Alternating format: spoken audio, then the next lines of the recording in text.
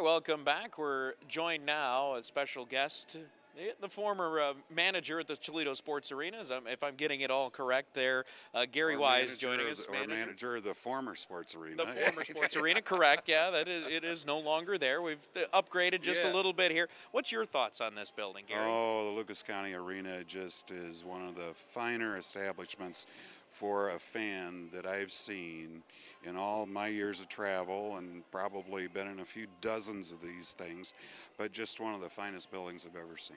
Yeah, it really is quite a facility, Gary. And when you think back to those days, and I know you have a lot of them you can really span back to over at the sports arena, what stands out to you? Probably there's several big nights. First off was the 74-75 Gold Digger Championship, and certainly the 77-78 championship with Mike Ruzioni. We'll never forget that.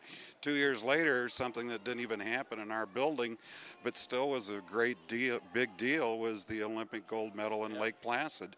And then a month later, Mike returned to Toledo to a standing room only crowd at the arena.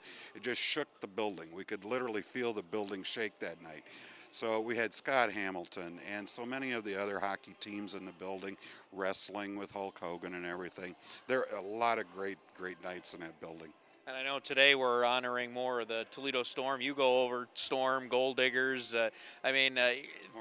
Hornets. Yeah. I mean, take us back through a little bit of those. What stood out in the Storm days for you? Well, in the Storm days, I tell you, we went 5 years between hockey teams.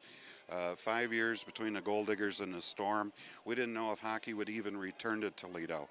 And probably one of the best things that ever happened was the time that Barry Soskins came to town with his 4 partners and said, Gary, we want to put a hockey team in your building in a new league. We want to start from scratch.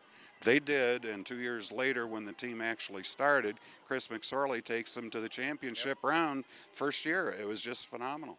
And perhaps that's in the cards here, too, the way this team is in the playoff picture for sure. When you look historically at the different franchises Toledo have had, starting with the Mercuries, the Blades, not the Hornets, they're the exception, but every new franchise went to the championship in its first year.